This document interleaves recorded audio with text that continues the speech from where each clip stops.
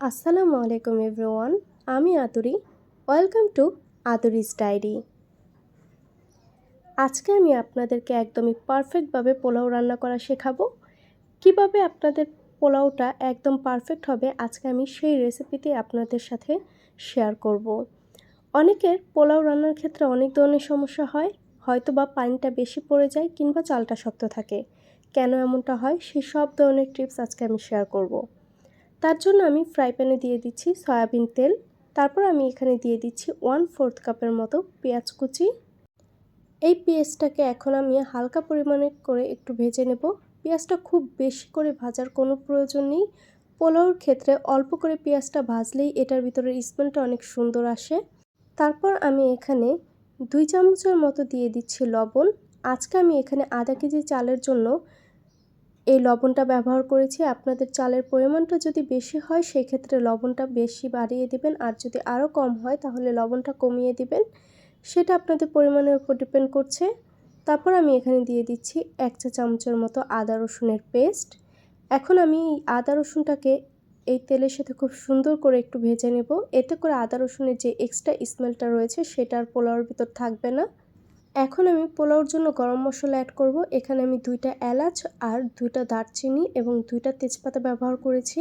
তারপর আমি এই পোলাওর ভিতরে এক্সট্রা একটা উপকরণ ব্যবহার করেছি, সেটা হচ্ছে কিশমিশ আর কাঠবাদাম। এই দুইটাকে আমি ব্লেন্ড করে তারপর এখানে 5 টেবিল চামচের মতো ব্যবহার করেছি। এতে করে এই পোলাওর ভিতরে স্মেলটা অনেক সুন্দর আসে এবং এটার টেস্টও হাজার গুণে বেড়ে যায়। তাই অবশ্যই চেষ্টা করবেন এটা ব্যবহার করার জন্য। কাঠবাদাম আর কিশমিশটাকে একটু ভেজে নেওয়ার পরে তারপর আমি এখানে দিয়ে দিচ্ছি পোলাওর চাল। পোলাওর চালটাকে আমি আগে থেকে ধুয়ে পরিষ্কার করে তারপর পানিটা চালনিতে ছেঁকে নিয়েছি। এতে করে কিন্তু পোলাওর ভিতরে একটা পারফেক্ট টেক্সচার আসবে যদি আপনারা আগে থেকে পানিটা চেলে রেখে দেন। চালটা যদি শুকনো থাকে তাহলে কিন্তু অনেক ভালো হবে, এতে করে আপনাদের বুঝতে সুবিধা হবে এই পোলাওর ভিতরে কতটুকু পানি ব্যবহার করতে হবে।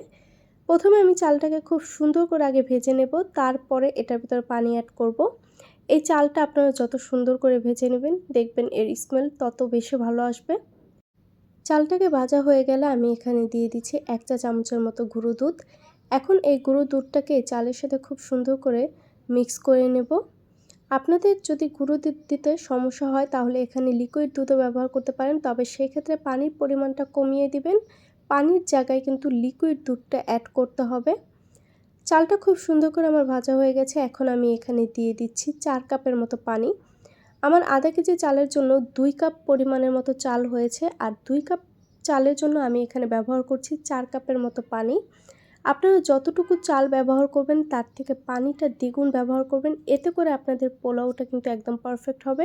আমি এই পরিমাপেই কিন্তু সবসময় পোলাওটা রান্না করি। আমার পোলাওটা একদম পারফেক্ট হয় এবং এটা গলে যাওয়ারও কোনো সুযোগ থাকে না, কেননা আমার পানির পরিমাণটা কিন্তু সঠিক হয়। অনেক সময় কিন্তু চালটা পুরনো থাকে, তাতেও সমস্যা হয় না। যদি এই পরিমাণে আপনারা পানিটা ব্যবহার করেন, যদি এই মাপেই পোলাও রান্না করেন তাহলে দেখবেন চাল পুরানো কিংবা নতুন কোনো সমস্যা নেই, পোলাওটা একদম পারফেক্ট হবে। পোলাওর ভিতরে কিন্তু বলক চলে এসেছে। তারপর আমি আবারও এটাকে ঢাকনা দিয়ে দিয়েছিলাম। তারপরে দেখলাম যে এটা অনেকটা শুকিয়ে এসেছে। এই পর্যায়ে কিন্তু চুলার জালটাকে একদমই মিডিয়াম আঁচে রাখতে হবে। এতে করে যদি পোলাওর ভিতরে একটু দানা দানাও থাকে সেটাও আপনাদের ঠিক হয়ে যাবে। পোলাওটা কিন্তু আমার অনেকটা হয়ে গেছে। এখন একদম লাস্টের দিকে আমি দিয়ে দিচ্ছি এখানে কাঁচামরিচ। আমি এখানে ইচ্ছামতো কাঁচামরিচ দিয়েছি, আপনারা কম বেশি বাড়িয়ে তারপর দিতে পারেন। আমার কাছে মনে হয় যে একদম লাস্টে পোলাওর ভিতরে কাঁচামরিচটা দিলে এটার স্মেলটা ভালো আসে।